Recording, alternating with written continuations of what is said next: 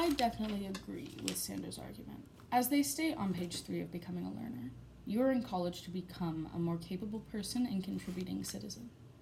I wholeheartedly believe that that is true.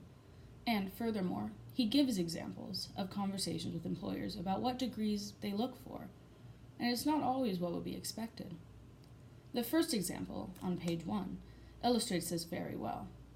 A news agency director said, in response to being asked how many journalism majors he hires, that I don't often. I can teach anybody how to write a good news story. I'm looking for people who are problem solvers. I believe my purpose for being in college is to expand my knowledge while learning to work with people in uncomfortable and harsh situations. And my goals are to learn to do so with tact and with mutual respect. I also think or hope I will devise more goals as I move along in college and as I see what my weak points are in this setting. In consideration of Sanders' definition of a learner, I would give myself like an 8. Because of the way I was raised, I've always been an advocate for my own education, and I had to do online school for a few years, and so I had to learn to internally motivate myself.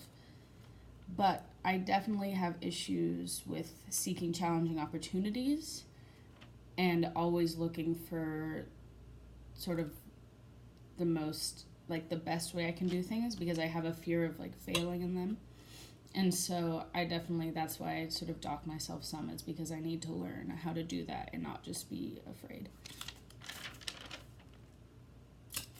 I think as far as my University Foundations course goes, and as far as navigating difficult conversations goes, this course will teach me further how to apply what I learned to how I walk throughout the world and how I, especially with this class, how I speak to people and treat people who I may perceive as being very different than me or people who have different opinions than I do. And this project particularly is really good for that because I'm not just reading and answering a list of multiple choice questions about like what I said and did I actually read the words. I'm having to consider how these questions affect me and how the words will sort of carry me through my college experience.